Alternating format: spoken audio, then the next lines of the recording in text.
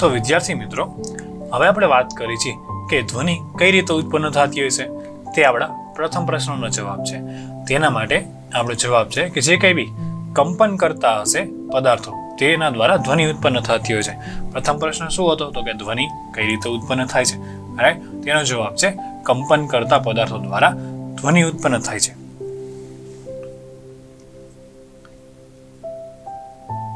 કંપન કરતા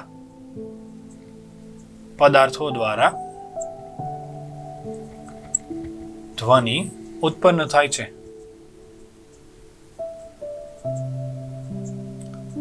શું હોય છે? તો કે ધ્વનિ ઉત્પન્ન થતી હોય છે. તમે તમારા સ્કૂલમાં ક્યારેય ઘંટ છે, બરાબર, અથવા મંદિરમાં કોઈ ઘંટ હોય તેને આપણે એમને પકડી એમને અડીએ છીએ તો શું તેમાં કેવો કંઈ તમને ફીલ થાય છે? નહીં. તો કે પછી જ્યારે આપણે ઘંટ વગાડી છીએ પછી જ્યારે આપણે એને અડીએ છીએ તો શું થતું હોય છે? તો કે આપણને તેમાં થોડુંક કંપન જોવા મળે છે, બરાબર ને. કોઈ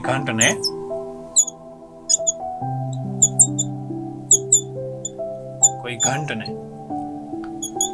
પ્રથમ સ્પર્શ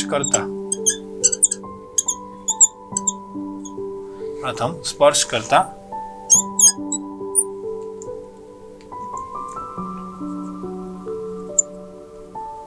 કંઈક જોવા ન મળે, પરંતુ ઘંટને વગાડ્યા પછી અડીએ તો તેમાં ધ્રુજારી અનુભવાય છે. આપણને શું થાય? તો કે ધ્રુજારી અનુભવી, બરોબર ને. તેમાં શું અનુભવતા હોય છે? તો કે આપણે તેમાં ધ્રુજારી અનુભવતા હોય. તેવી જ રીતે આપણે અલગ અલગ પ્રવૃત્તિ દ્વારા આપણે સમજીએ કે કોઈ પણ પદાર્થ છે, રાઈટ, તેને આપણે કઈ રીતે કંપન દ્વારા અવાજ ઉત્પન્ન કરતો હોય છે. તો ચાલો એક આપણે પ્રવૃત્તિ કરીએ કે આપણે એક થાળી અથવા તો કોઈ એક વસ્તુ લઈએ જેથી કરીને આપણે તેને લટકાવી શકીએ. તમારા સ્કૂલમાં કે એમાં આવો જ એક બેલ જોવા મળતો હશે, બરાબર. મતલબ કે આવી રીતે ઘંટ જોવા મળતો હોય છે. તે એમને નોર્મલ હવામાં હોય છે ત્યારે તમે અડો છો તો શું થાય? તો કે તેમાં કંઈ જોવા નથી મળતું. પણ જેવું તમે એને ફટકારો છો, મારો છો શેનાથી, તો શું થાય? તો કે તેમાં થોડીક ધ્રુજારી જોવા મળતી હોય છે, બરાબર ને. હવે આપણે શું કરીશું કે આપણા ઘરના વાસણો જે હોય છે તેનો જ ઉપયોગ કરીશું. કોઈ કુકર છે અથવા તો કોઈ લોઢી છે તેને આપણે હવામાં લટકાડીએ. પણ આપણે કઈ રીતે લટકાડવાની કે જેથી કરીને તે કોઈ દિવાલ સાથે ભટકાય નહીં. કોઈ થાળી અથવા તો કોઈ લોઢીને દોરીથી લટકાડીએ. આપણે શું કરીએ? તો કે તેને દોરીથી લટકાડીએ છીએ. લટકાડ્યા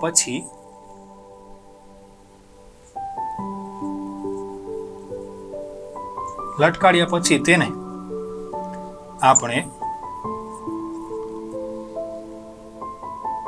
લાકડીથી મારીએ. આપણે શું કરીએ? તેને લાકડીથી મારીએ. સૌપ્રથમ જ્યારે આપણે દોરીથી લટકાડીએ ને ત્યારે આપણે એક વાત ખાસ ધ્યાન રાખવાની કે તે પાત્ર છે તે દિવાલમાં ભટકાય નહીં, એનું આપણે ખાસ ધ્યાન રાખવાનું છે. અને પછી જ્યારે આપણે લટકાડેલું હોય અને પછી ધીમેથી મારે છે ત્યારે શું થતું હોય છે? તો કે તેમાંથી અવાજ ઉત્પન્ન થતો હોય છે. રાઈટ, મારીએ ત્યારે શું થાય? ત્યારે તેમાંથી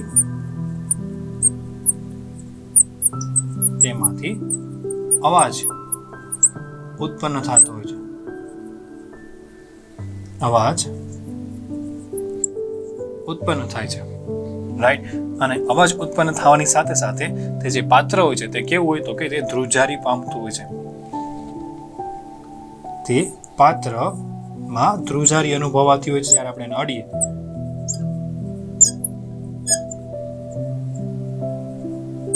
શું થાય? કે તે પાત્રમાં આપણને ધ્રુજારી અનુભવાતી હોય છે. એની સાથે સાથે હવે આપણે બીજી પ્રવૃત્તિ કરી છે કે જ્યારે કોઈ પેન્સિલનું અથવા તો ચશ્માનું બોક્સ લઈ લઈએ, ઓકે, અને ચશ્માના બોક્સમાં બંને સાઈડ આપણે શું રાખી દઈએ? તો કે પેન્સિલ રાખી દઈએ છીએ. પેન્સિલ રાખી દઈએ છીએ અને એને ચશ્માના બોક્સની ફરતે શું કરીએ? તો કે આપણે રબર બેન્ડ, જે રબર જે હોય છે તેને વીંટાળી દઈએ છીએ. તમને આકૃતિમાં દેખાડેલું છે તે રીતે. હવે એકદમ ટાઈટ, મતલબ કે એકદમ ફિટ રબર બંધાઈ જશે. પછી જ્યારે આપણે શું કરીએ તો કે રબરને બે પેન્સિલની વચ્ચેથી જ્યારે આપણે ખેંચીએ છીએ ને તો તેમાંથી આપણને અવાજ આવતો હોય છે, રાઈટ. શું થતું હોય છે કે તેમાંથી આપણને અવાજ આવતો હોય છે, બરોબર ને? એટલે આપણે કહી શકીએ ધ્રુજારી પામતા જે કે પદાર્થો હશે તેમાં અવાજ ઉત્પન્ન કરતો હોય છે. આપણે કહી શકીએ કે ધ્રુજારી પામતા પદાર્થો અવાજ ઉત્પન્ન કરે છે.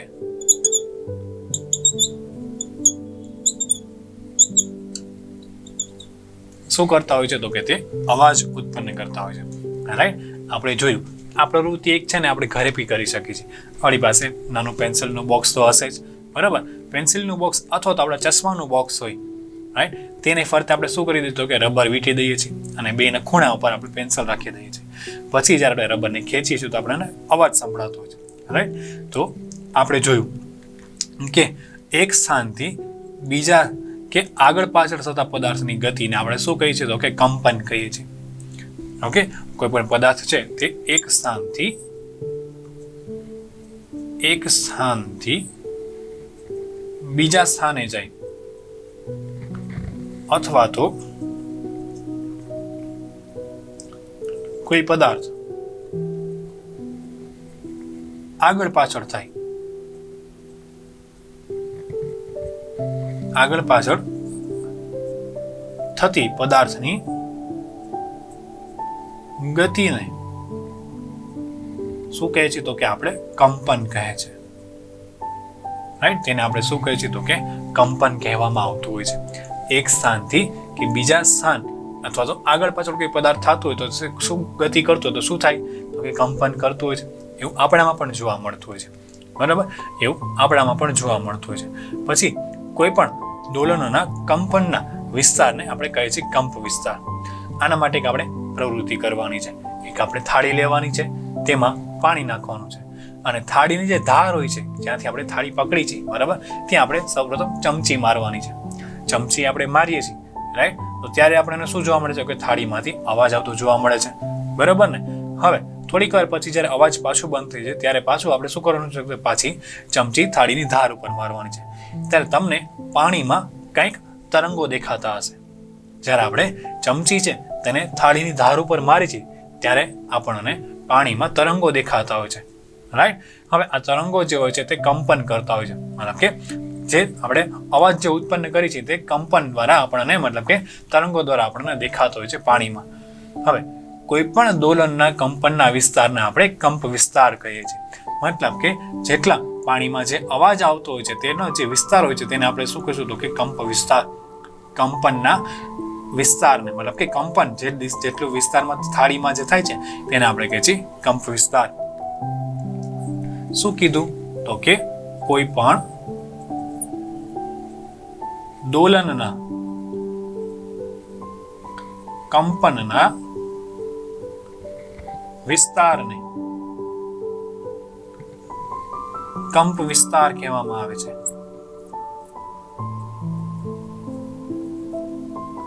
શું કહે છે તો કે કંપ વિસ્તાર. હવે આપણે થાળીમાં પાણી ભરેલું એમને રાખવાનું છે. પાછી ચમચી છે તેના ધાર ઉપર મારવાની છે અને ધાર ઉપર જેમ મારી થોડીક વાર પછી તરત જ આપણે તે થાળીને ધારને પકડી લેવાની છે. તો શું હજી અવાજ તમને આવે છે? અવાજ આવતો હોય તો કેવો અવાજ આવે છે? પેલા જેવો આવતો એવો જ અવાજ આવે છે કે ઓછો અવાજ આવે છે? તે તમારે જોવાનું છે, બરાબર? હવે પછી બીજી એક પ્રવૃત્તિ છે કે આપણે કોઈ પણ એક વસ્તુ લઈ લઈએ, જેમ કે નારિયેળનું કરચલું ને એ બધું છે, ઓકે, તે લઈ લઈએ. નારિયેળની કાચલી છે તે લઈ લઈએ આપણે અને તેના દ્વારા આપણે એક સંગીતનું સાધન બનાવીએ છીએ.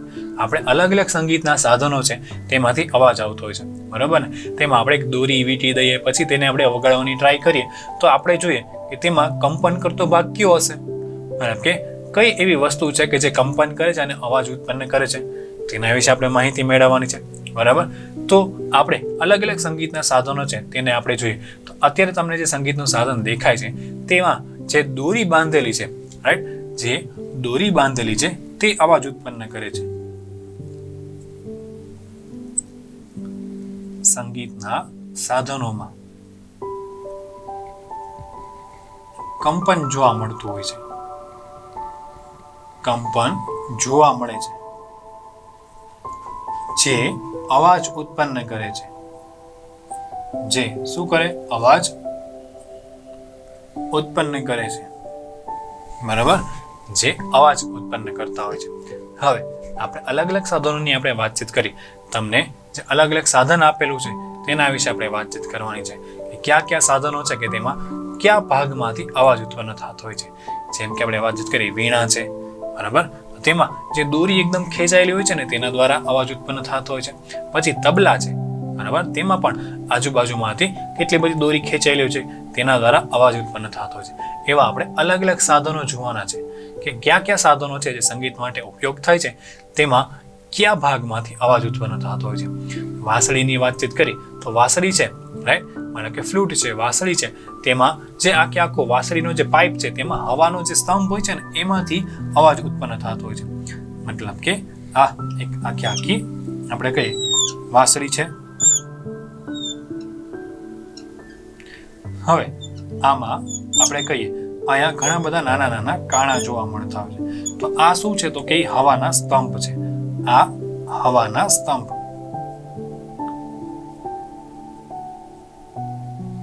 આ આખો મોટો એક પટ્ટો છે કે એ બંને બધા છે ને હવાના સ્તંભ તરીકે વર્તતું હોય છે. તો એ હવાના સ્તંભ દ્વારા વાંસળીમાંથી અવાજ આવતો હોય છે. એ હવાના સ્તંભ દ્વારા વાંસળીમાંથી અવાજ આવતો હોય છે.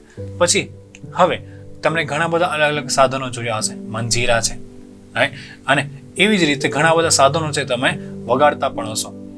આપણા દેશમાં અલગ અલગ જગ્યાએ અલગ અલગ સાધનો વગાડવામાં આવતા હોય છે સંગીતના સાધનો તરીકે. તેના ઉપર ખાલી ઠપકારવામાં આવતો હોય જેથી કરીને તેમાંથી અલગ અલગ પ્રકારના અવાજ ઉત્પન્ન થતા હોય છે.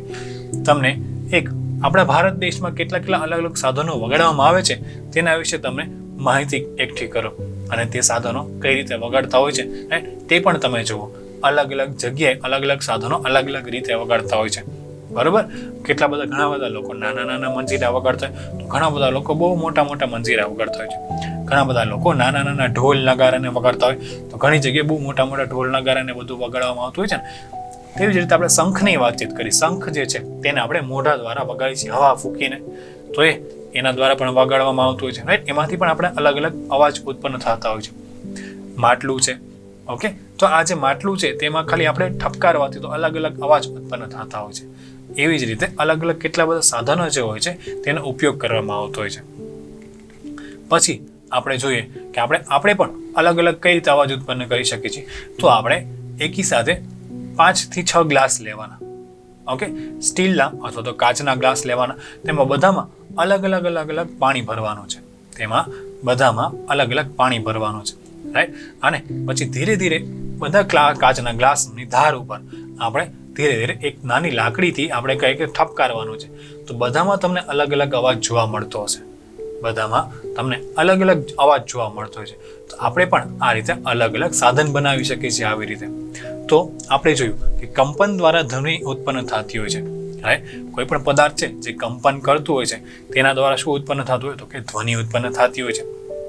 આપણે જોયું કે જ્યારે આપણા સ્કૂલનો લેક્ચર છે તે પતી જતો હોય અથવા તો સ્કૂલમાંથી આપણે છૂટી જતા હોય તો જ્યારે જે બેલ વાગતો હોય છે સૌપ્રથમ આપણે જ્યારે એને અડીએ તો તે કેવો એકદમ સ્થિર હોય છે. પણ જ્યારે આપણે જે ઘંટ વગાડીએ ત્યારે આપણે તેને પછી અડીએ છીએ તો કેવી એકદમ કંપન ધ્રુજારી ઉત્પન્ન થતી હોય છે, રાઈટ. ધ્રુજારી આપણા હાથમાં પણ ઉત્પન્ન થતી હોય છે, બરાબર ને.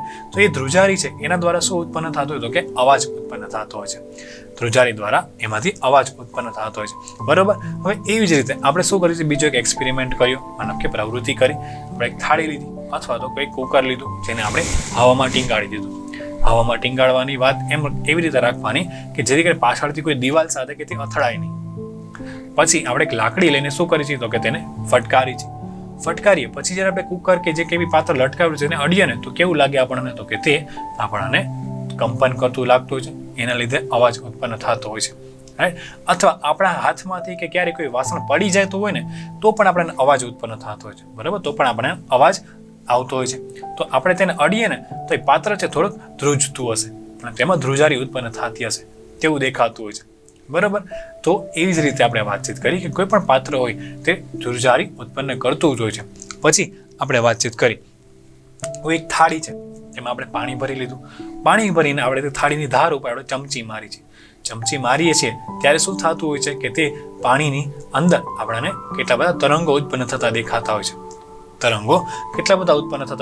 હોય છે. પછી એની આપણે વાતચીત કરી કે ધ્રુજારી છે, ઓકે, એક સ્થાનથી બીજા સ્થાને અથવા તો કોઈ પદાર્થ આગળ પાછળ થતી પદાર્થની ગતિને આપણે શું કહે છે તો કે કંપન કહે છે, રાઈટ.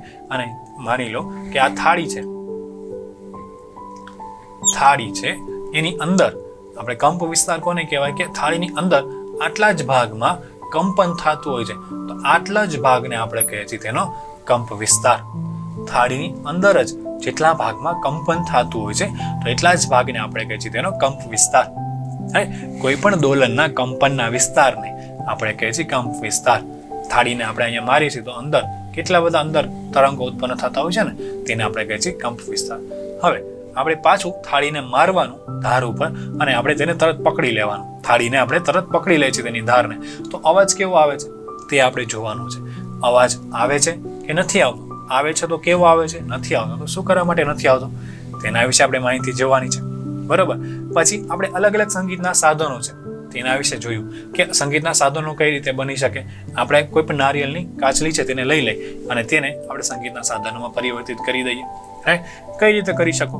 નારિયેળની કાચલી છે તે આવા આકારમાં હોય છે ને, તેની ઉપર આપણે કોઈ કપડું આવી રીતે ઢાંકી દઈએ છીએ અને તેને એકદમ ટાઈટથી એમ બાંધી દઈએ છીએ અને પછી તેના ઉપર આપણે કંઈક વગાડી શકીએ છીએ, બરાબર. અથવા તો નારિયેળની કાચલીને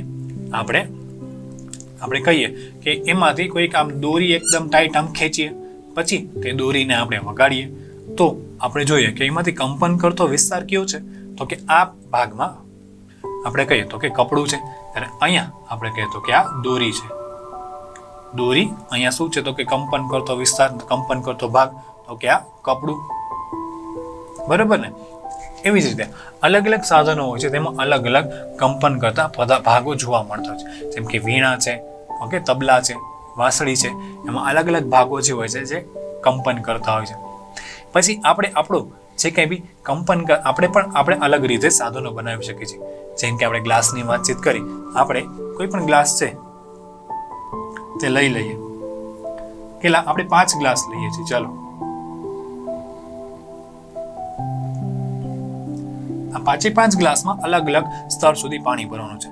સૌપ્રથમ આપણે અહીંયા સુધી ભરી છીએ, પછી તેના કરતાં થોડુંક વધારે, તેના કરતાં પણ થોડુંક વધારે, તેના કરતાં પણ થોડુંક વધારે, અહીંયા પણ વધારે ભરી છે, બરાબર. પણ હવે જ્યારે આપણે કોઈ એક લાકડીથી જ્યારે આ બધા ગ્લાસમાં ધીરે ધીરે અહીંયા ધાર ઉપર, ખાલી ધાર ઉપર જ આપણે એક મારીએ ને તો આપણને અલગ જ અવાજ ઉત્પન્ન થતો દેખાશે. આપણને બધામાં અલગ અલગ અવાજ ઉત્પન્ન થતો દેખાશે. તો એ અવાજ ક્યારેક ક્યારેક આપણને મીઠો પણ લાગે, એ અવાજ ક્યારેક ક્યારેક આપણને કર્કશ પણ લાગતો હોય છે, રાઈટ. હવે આપણે આટલી તો વાતચીત કરી લીધી. હવે ધ્વનિ વિશે આપણે હજી વધુ માહિતી મેળવવાની છે, તો ચાલો વધુ માહિતી મેળવીએ.